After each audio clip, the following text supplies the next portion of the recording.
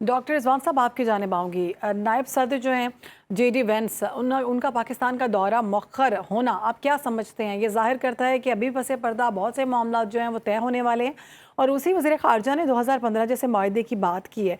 क्या मौजूदा इलाकाई हालात में अमरीका और ईरान दोबारा किसी ऐसे फ्रेमवर्क पर मुत्तफ़िक होता हुआ दिखाई देता है जो ख़ित्ते से जंग के साए मुस्तकिल या मुकम्मल तौर पर ख़त्म करे?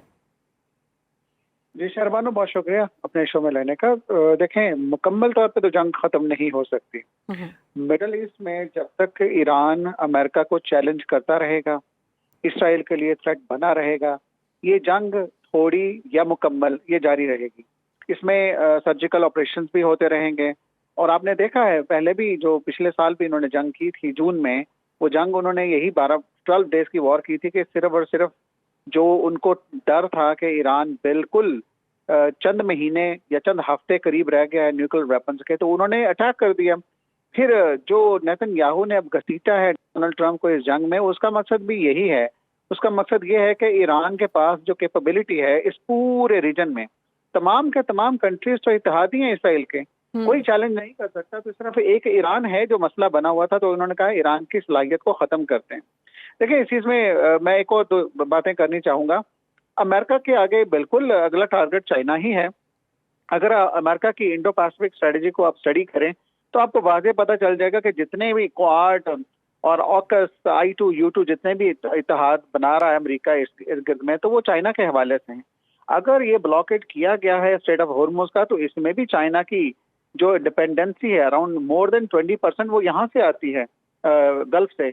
अब इसका मकसद ये है कि चाइना भी चीखे चिल्लाए। यूरोपियंस पहले ही इस एनर्जी क्राइसिस का शिकार थे रशिया यूक्रेन वॉर की वजह से, और अब दोबारा से जो गल्फ में उन्होंने चोक किया और अमेरिका ने डबल चोक कर दिया, उसकी वजह से कि यूरोपियन भी तड़पे और अमेरिका ने कहा आओ मिलकर इसको खोलते हैं, और सिर्फ इस जंग में अपने यूरोपियन इत्तेहादियों को लेकर के आना। मैं समझता हूं कि अब जो मामला बनते हैं, पाकिस्तान ने अपने इंट्रोडक्शन में कहा बहुत आला रोल प्ले किया है पाकिस्तान ने। मैं ये समझता हूं कि बहुत ये सफारतकारी की नई तारीख रकम कर दी कि अमेरिका जैसा मुल्क जिसकी तारीख जंगों से भरी पड़ी है, उसने कभी किसी मुल्क की नहीं सुनी और वो पाकिस्तान की सुन रहा है। और मैं ये समझता हूं कि अभी जो डोनाल्ड ट्रंप ने सीज फायर को डिले किया है या प्रोलॉन्ग कर दिया है, उसके पीछे पाकिस्तान की सफारतकारी है। ईरान को भी पाकिस्तान समझा रहा है, क्योंकि देखें जंग कभी भी किसी मसले का हल नहीं होता। जंग अमेरिका ने की है, पहले 2001 में शुरू की है अफगानिस्तान में, इराक में 2003 में शुरू की, 2020 में छोड़ के चले गए। वो जिनके खिलाफ लड़ते रहे तालिबान, दोबारा 2021 में उनके हाथ में सारा कुछ था। वहां पे इराक में जो वो करते रहे, इराक आज भी अनस्टेबल है। वो सीरिया में या जहां भी जो करते रहे, लिबिया में करते रहे, वो सारा सारा देखें, ये तारीख गवाह है कि अमेरिका जहां जाता है तबाही फैला देता है। इसमें सिर्फ एक चीज को फायदा होता है, वो है अमेरिका की हैवी इंडस्ट्रियल कॉम्प्लेक्स के लोग जो असलाह बनाते, वो इस्तेमाल होता है, वो बेचते, उनको फायदा होता है अमेरिकी जंगों से। अब इस मामले में मैं समझता हूँ जो वॉर का फायदा हो रहा है वो नेतन्याहू को हो रहा है। नेतन्याहू ने सिर्फ ये बताना है कि मैंने ईरान को इकोनॉमिकली, आप ये भी देखिएगा कि सोवियत यूनियन अमेरिका के खिलाफ लड़ता हुआ इकोनॉमिकली तबाह हुआ था। वो चाह रहे हैं कि ईरान इकोनॉमिकली तबाह हो जाए। एक तो ईरान का अभी कहीं नहीं हो रहा, ना उसकी ट्रेड हो रही है, ना उसका तेल बिक रहा है, ना उसकी गैस बिक रही है, और सिर्फ इकोनॉमिकली इतना उसका जो था रियाल वो इतना नीचे आ गया था कि उसे इक्वेट किया जाए US डॉलर के इक्वलेंट, तो वो मेरा ख्याल है जीरो के बराबर आ चुका है। तो मेरा ख्याल है अमेरिका की लॉन्ग टर्म स्ट्रेटेजी ये है कि अभी चूंकि समर होने वाला है, समर शुरू हो गया है, अमेरिका कभी भी अपने सोल्जर्स नहीं उतारेगा, क्योंकि यहाँ पे इतनी गर्मी होगी, वो इस चीज के आदी नहीं है। यानी कि जंग अगले 3 महीने तक भूल जाएं। सिर्फ ये होगा, छोटी छोटी स्क्रमिशेस होंगी, छोटी छोटी झड़पें होंगी, कभी ब्लॉकेड खोल दिया जाएगा, कभी थोड़ा सा लूज कर दिया जाएगा, यही सफारतकारी चलती रहेगी।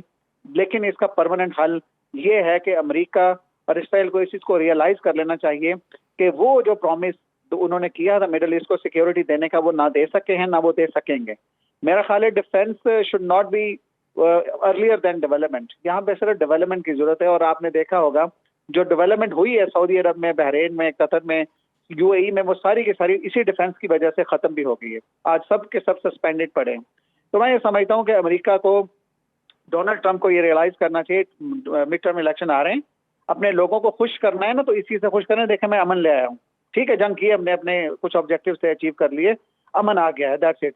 और यही सबके हक में है, और मैं समझता हूँ कि इसमें पाकिस्तान बहुत वाइटल रोल प्ले कर रहा है कि जिसमें बिल्कुल ठीक विन है। विन आपके सिचुएशन। मुताबिक ये अगले 3 महीने तक जो है वो अमेरिका जो है वो जंग में खुद नहीं आएगा।